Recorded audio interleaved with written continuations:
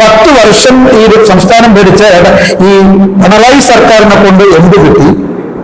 11 വർഷം രാജ്യം ഭരിച്ച നരേന്ദ്രമോദി സർക്കാരിനെ കൊണ്ട് നമ്മുടെ കേരളത്തിലെ മുഴുവൻ ജനങ്ങൾക്കും കാട്ടാക്കട ജനങ്ങൾക്ക് കിട്ടി എന്ന് ഞങ്ങള് പ്രസിദ്ധീകരിക്കാൻ പഠിക്കുക. അത്രയും ഇവരുടെ പ്രകടന പത്രിക ചട്ടമ്പി സ്വാമികളുടെ അത് മച്ചയിലുള്ള ചട്ടമ്പി സ്വാമികളുടെ ജന്മസ്ഥലത്ത് വലിയൊരു സ്മാരകം, കേരളത്തിലെ മുഴുവൻ തീർത്ഥാടകർക്കും വരാവുന്ന സ്മാരകം എത്ര കോടി? 1.5 കോടി. അതിന്റെ അപ്പുറത്ത് ലെനിൻ രാജേന്ദ്രന്റെ ജന്മസ്ഥലം അവിടെ 1.5 കോടി. ചട്ടമ്പി സ്വാമികളുടെ ജന്മസ്ഥലം കണ്ടിട്ടില്ലേ? ഞങ്ങളെ കഴിഞ്ഞ ദിവസം ഒരു കാർഡ് വെട്ടി തെളിച്ചു 1.5 കോടി പ്രഖ്യാപിച്ചത്. 2016-ലും 2021-ലും എല്ലാം വാഗ്ദാനമാണ്. വാഗ്ദാനങ്ങളുടെ പെരുമഴയാണ്, നടപ്പായിട്ടില്ല. മറിച്ച് ഞങ്ങള് എന്തെങ്കിലും BJP-യുടെ പ്രത്യേകത, NDA-യുടെ പ്രത്യേകത, ഞങ്ങൾക്ക് ഭരണത്തിലെത്താൻ അവസരം ലഭിച്ചാൽ ഞങ്ങൾ ജനങ്ങൾക്ക് നൽകിയ വാഗ്ദാനം പാലിക്കുന്നു എന്നുള്ളതാണ് ഞങ്ങളുടെ പ്രത്യേകത. അതിന് 11 വർഷക്കാലം രാജ്യം ഭരിച്ചിട്ടുള്ള നരേന്ദ്രമോദി സർക്കാർ ജനങ്ങൾക്ക് നൽകിയ എല്ലാ വാഗ്ദാനങ്ങളും പാലിച്ചിട്ടുണ്ട്. ഞങ്ങൾ ഈ കാട്ടാക്കട നിയമസഭാ മണ്ഡലത്തിൽ ഓരോ പഞ്ചായത്തിലും കേന്ദ്ര സർക്കാരിന്റെ ഗുണഭോക്താക്കൾ, അത് സൗജന്യമായി അരി നൽകുന്ന പ്രധാനമന്ത്രി അന്ന കല്യാൺ യോജന ഓരോ പഞ്ചായത്ത് അടിസ്ഥാനത്തിൽ എത്ര പേരുണ്ട്? അതേപോലെ തന്നെ പ്രതിവർഷം 6000 രൂപ ലഭിക്കുന്ന കിസാൻ സമ്മാൻ യോജന, സൗജന്യമായിട്ട് വീട് ലഭിച്ചിട്ടുള്ള പ്രധാനമന്ത്രി ആവാസ് യോജന, അതേപോലെ സൗജന്യമായി ജലം ലഭിച്ചിട്ട്, ശുദ്ധജലം ലഭിച്ചിട്ട്, കുടിവെള്ളം ലഭിച്ചിട്ടുള്ള ജൽജീവൻ മിഷൻ, ഇതിന്റെ ഗുണഭോക്താക്കളുടെ മുഴുവൻ കണക്കുകൾ ഞങ്ങൾ പ്രസിദ്ധീകരിക്കാൻ പോവാണ്. 10 വർഷം ഈ സംസ്ഥാനം ഭരിച്ച ഈ പിണറായി സർക്കാരിനെ കൊണ്ട് എന്ത് കിട്ടി?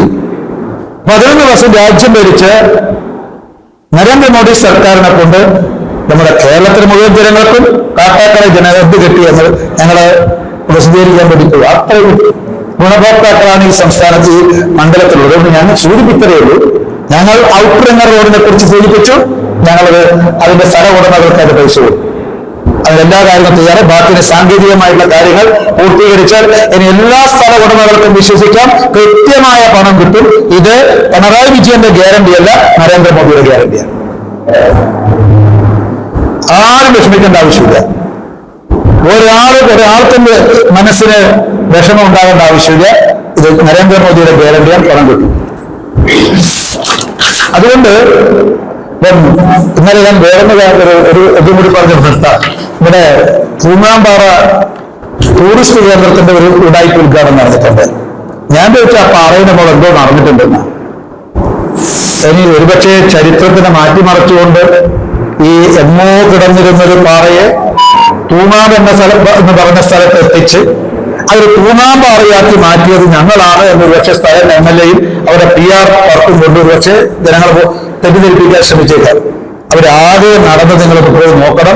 1,30,00,000 ചെലവാക്കി എന്ന് പറഞ്ഞത് 2016-ലെ വാഗ്ദാനത്തില്, 2021-ലെ വാഗ്ദാനത്തില് നമ്മുടെ ശാസ്താംപാറയും അതുപോലെ തന്നെ നമ്മുടെ ഈ തൂങ്ങാമ്പാറയും വലിയ ടൂറിസ്റ്റ് കേന്ദ്രമായി മാറുന്ന.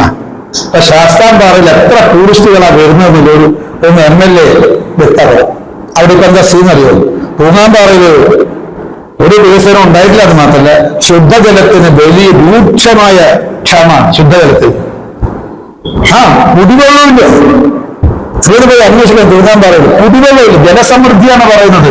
പക്ഷെ അവർക്ക് സമൃദ്ധി കാണുന്നില്ല. അവർക്കാർക്കും ഒരു KSRTC ബസ്സിന് ആകെ ഈ ടൂറിസ്റ്റ് കേന്ദ്രത്തിലേക്ക് പോകാത്ത ഒരു ടൂറിസ്റ്റ് ബസ്സിന് അതില്ല. ഇപ്പൊ ആരും ശാസ്താംപാറയിൽ അത് ശുദ്ധജല ക്ഷാമം രൂക്ഷം. ഒരു KSRTC ബസ് ഉണ്ടായിരുന്ന നേരത്ത് ഇപ്പൊ ആരും, ഇപ്പൊ അതില്ല. അതിപ്പോ ഈ ശാസ്താംപാറയിലേക്ക് ആരും അങ്ങോട്ട് പോകുന്നില്ല. ആ നാട്ടുകാർ മാത്രമേ ഉള്ളൂ. അപ്പൊ അതുകൊണ്ട് ഇനി ഞങ്ങൾ പറയുന്നത് കേരളത്തിന്റെ മൊത്ത അവസ്ഥയിലാണ്. പിണറായി ഭരണത്തിന് കീഴിൽ കേരളത്തിൽ ഒരു വികസനം ഉണ്ടായിട്ടില്ല എന്ന് മാത്രമല്ല, ഈ ഉഡായിപ്പ് ഉദ്ഘാടനങ്ങളല്ലാതെ മറ്റൊന്നും ഉണ്ടായിട്ടില്ല. നിങ്ങൾ നോക്ക്, ഞാനൊരു സ്ഥല MLA കുറിച്ച് കൂടുതൽ കുറ്റം പറയുന്നില്ല. അയാളുടെ നേതാവ് തന്നെ ഇതിന്റെ മാതൃക. അയാൾ നേതാവിന് പിന്തുണന്നുകൊണ്ടാണല്ലോ അദ്ദേഹം പ്രവർത്തന രംഗത്തുള്ളത്. അയാളിപ്പോ വെടിവെട്ടിക്കാൻ പോയി വയനാട്ടിൽ. തെരഞ്ഞെടുപ്പിന്റെ 12 ദിവസം മുമ്പ് പോയിട്ട് വെടിവെപ്പിച്ചു. എന്താ വെടി?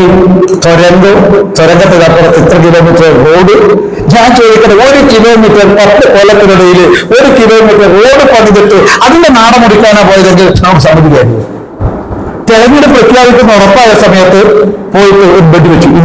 ഇതുപോലത്തെ ഉണ്ടയില്ലാത്ത ബെഡുകളാണ് ഇവരെല്ലാം സ്ഥാനാർത്ഥി. മുഖ്യമന്ത്രി മുതൽ ഇവിടുത്തെ കാട്ടാക്കടയിലെ CPM MLA വരെ ഈ ഉണ്ടയില്ലാത്ത ബെഡുകൾ ഇങ്ങനെ പൊട്ടിച്ചുകൊണ്ടിരിക്കുക.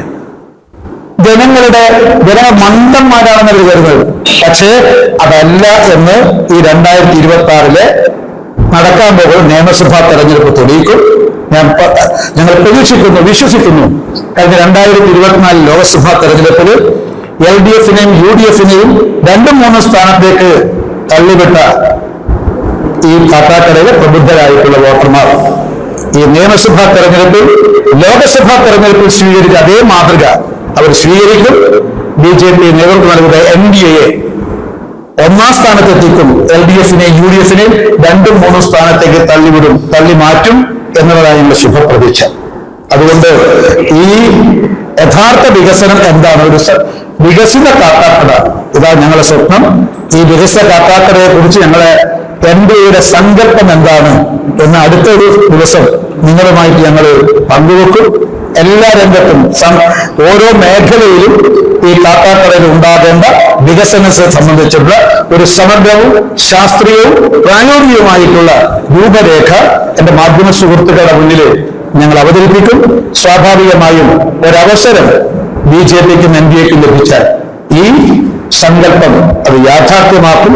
സ്വാഭാവികമായിട്ടും 11 വർഷക്കാലത്തെ കേന്ദ്ര സർക്കാരിന്റെ പ്രവർത്തനത്തിന്റെ അനുഭവത്തിന്റെ അടിസ്ഥാനത്തിൽ ജനങ്ങൾക്ക് BJP NDA വിശ്വസിക്കാൻ സാധിക്കും. ഒരു വികസിത കാട്ടാക്കട യാഥാർത്ഥ്യമാക്കാൻ ഞങ്ങൾ 100% പ്രതിജ്ഞാബദ്ധരാണ്. അതുകൊണ്ട് അവസരം നൽകാമെന്നാണ് ഞങ്ങൾ ഈ തെരഞ്ഞെടുപ്പിൽ ജനങ്ങളെ അഭ്യർത്ഥിക്കുന്നത്.